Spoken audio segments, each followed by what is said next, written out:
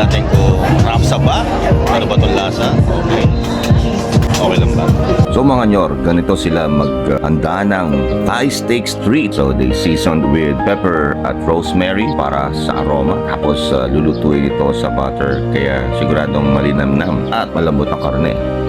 So for 180 pesos, medyo sulit na dahil meron kayong 8 to 9 slices at sinamahan pa yan ng mashed potato at mga gulay. Kaya perfect combo sa ating steak. So kung traditional ka, pwede ka mag-request ng gravy para sa extra linamnam. Pero syempre mga nyor, since ito ay Thai steak street, dito sila nakilala sa Thai sauce nila. So kuwang-kuha nila yung timplang Thailand na may konting asim at anghang na pumuputol sa umay ng butter at taba ng baka. So what's going on mga nyor? Siyempre, ito na tayo ngayon. Susubukan natin sa Fusion Alley, ang Thai Steak Street.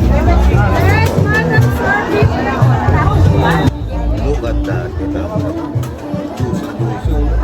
So dahil sa lambot ng karne at sa saktong contrast ng sauce, bibigyan natin to ng 8.5 over 10. So hindi tinipid sa slices, hindi rin tinipid sa lasa. Kaya kung gusto niyo tikman to mga nyor, punta lang kayo sa Fusion Alley dito sa Sampaloc, malapit sa UST.